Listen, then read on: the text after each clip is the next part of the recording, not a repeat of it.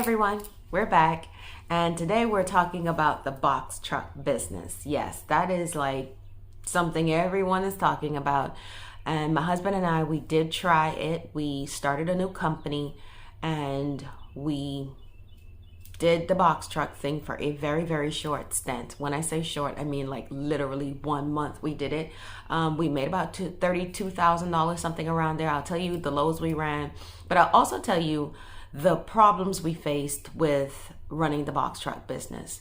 Now, I still run with Panther and I still have my vans, but I wanted to try this for a short bit just to see how it was going. And all in all, it went well, but anyway, let me just get into the problems. All right, so these are the loads we ran. I'm gonna be looking over there quite a bit because I don't remember all of the loads, but I'll tell you the loads from the board here. So I'm gonna kind of go through them quickly just so you can kind of get an idea on the areas that we ran, because a lot of people don't like to go into certain areas. I want to give you an idea on the areas we went into, and then I also want to just go through what it paid us to run these loads. Okay, so let's start with the first load, our very first load, and I was dispatching as well. So I was dispatching us, and our first load came out of Arkansas, where we that's our home base. And so we're in the parking lot trying to rent the Penske truck, and I'm booking 2 loads. Now bear in mind, I am not familiar with booking the loads and things like that, but you know what? I said I can do all things through Christ who strengthens me. So I went on and I took it on. But instead of booking 1 load, I booked 2 loads that picked up on the same day, and I had to make sure both of them would fit into the truck and that we can get both of them before the shipper closed. So our first load was a combination of 2 loads, and one picked up in Little Rock, Arkansas, and the other one picked up in Batesville. Now, if you guys have any idea on how that works geographically, it's about 2 hours in between where we live to Batesville. So we had to stop off in Little Rock, get that load, and then go to Batesville and get the other load. Now we're starting at like 2 o'clock in the day. So that was a bad idea too. Don't start so late in the day, start earlier. But we started and we got the loads. Anyway, we got them on. So we went to Home Depot to pick up the truck. So when we started looking for loads and stuff, we didn't even have the truck yet. We went down to Home Depot and we picked up a Penske truck. So that's going to be another topic. I'm going to talk about that here in a bit. So we picked up the Penske truck, and our first load went from Arkansas, because the two pickup in Arkansas, we had Little Rock and we had Batesville. That went to Texas. That was $1,400. The next one was Texas to Pennsylvania. That was $2,000. The next one was Ohio to Montana. That was $3,400.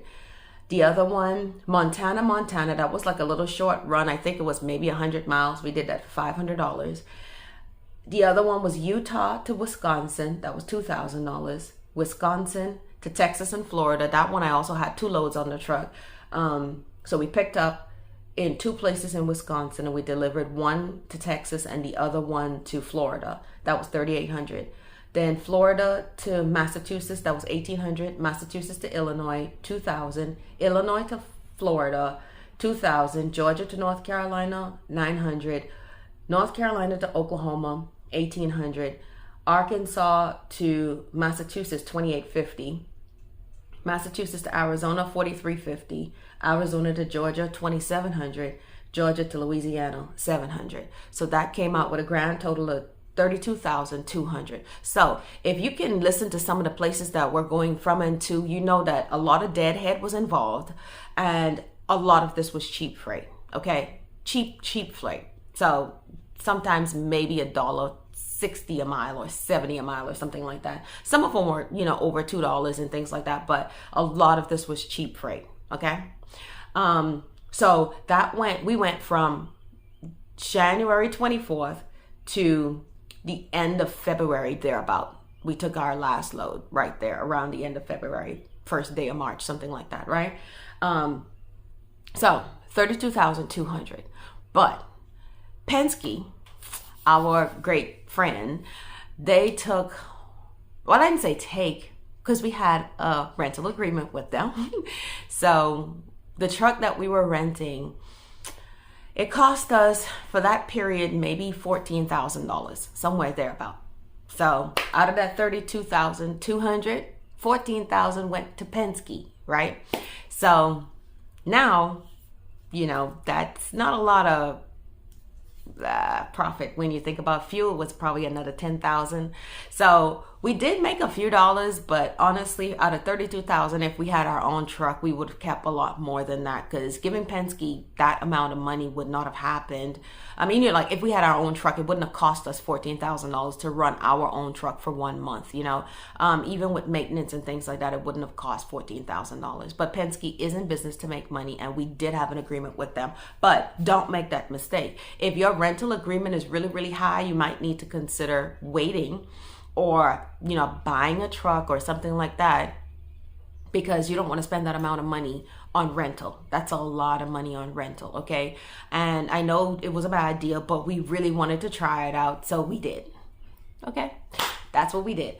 Now the other thing is, a lot of these brokers were not accepted by our factoring company, so that means that we had to take a little risk. Well, not so much, because we got all of our money, but the factoring company won't accept them. So we used their factoring company, in this case it was Riggs, to pay us. So that was for more than maybe half of the loads, because we were so new. A lot of the other companies were not taking us, and also there were there were stipulations like, oh, you had to be in business for a year, or you had to have this or that or the other thing. So we went with the underrated companies because they were taking us, okay? And that's how we made the money. Another thing was, we had to pay for hotels, because staying in the truck with 2 people was kind of difficult. One night I was like kind of sleeping on the dashboard, not comfortable. Get a hotel, okay? Just do that. We had some bad weather too. So one night I was on shift, and the wheel on the front driver's side, it just flew off the truck, because we had I don't know if it was the cold or the snow or what caused it. Anyway, the wheel just came off the truck. And so we had to wait 10 hours for a repair, because it was really bad weather and a lot of people had problems. So we just had to wait our turn, which took 10 hours. So that set us back a little bit. We still were able to deliver the loads on time, because we had a weekend run on the truck. So we still got the loads off. Well, I had to rent another truck to make that happen, because we had to split up to make sure we get both of the loads there on time. So he had to take one and I had to take one, because anyway, long story, but basically we had to rent another truck, separate the loads so that it can get there on time. So we did make that happen. The loads were there on time. Out of that money, our factoring company got another 3.5%, even the other factoring companies. So altogether, factoring companies got 3.5% of all of the money, okay? Because even if I used the factoring company for the underrated brokers, they still charge 3.5%. Sometimes it was maybe, 2.5%, but let's just call it all 3%, okay? So they took that money out of there as well. Then we had a lot of, I wouldn't say waiting, but sometimes we get to the shipper, they can't find the load because the brokers didn't send them the information or something like that. I mean, I even experienced that with Panther, but with this, I feel like it was longer wait times, because I can get to, one day my husband, I wasn't on the truck, I was with Panther, and my husband was picking up a load, and I think he waited almost 5 hours. So yeah, we did get detention pay, but it's still not it's not cool waiting that long just to pick up a load that's supposed to be available. But they couldn't find the load, they couldn't find the load number or anything like that. And then we had another load where the broker sent us to one location and then it wasn't there. So we had to go another 50 miles to get to the right location. They did pay us extra for having to, for going there and it wasn't the right place or something like that. But just remember, these are things that you want to negotiate when you have to go somewhere else to pick up a load. When they already gave you a rate confirmation for a certain location, negotiate a better rate with them. Say, hey, guess what? It cost me an extra $50 or $100 or whatever to go pick this up at the new location, so you have to give me some more money.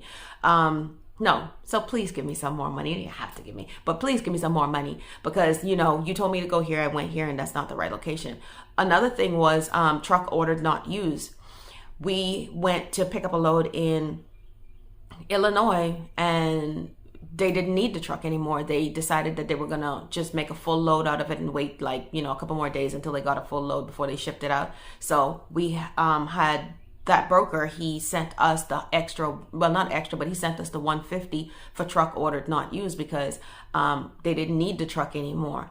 So these are things you want to remember when you're out there running. You don't want to just get there and be like, oh, okay, they didn't use the truck, so now you turn away and go away. No, tell the broker they didn't use the truck and get your money for being there and then them not needing you. So that's one thing. And then another thing too, you want to bear in mind that if you have, you know, like Fuel Buddy or something like that on your phone, use it. Because sometimes, you know, you buy fuel at $5 and then you go down the street and you see, oh, I could have gotten it for $4 and I don't know, 85 cents or something. And it might seem like a little bit of money, but it does add up. Especially when you're refueling like 3-4 times a day, it does add up. So go ahead and make sure you're using like one of those apps to help you find the best rate for fuels. And, that way, or you got an app or you know, a fuel station that allows you to get points for fuel or give you a discount on your fuel or something. Just don't go and buy fuel and not get discounts or whatever it is. So just bear that in mind too. All in all, we had a really, really good month. If that was our truck, we probably would have been able to take home a lot more of that money. But we will try it again here soon. We're probably going to get a truck. I still like running with Panther, so I might stay in Panther and my husband might go and get a truck. But if y'all have any questions about how we did it or what, you know, anything, if y'all have any questions, just give me a email or something or give me a call and I'll see how best I can help you out. But that was our experience with the box truck business.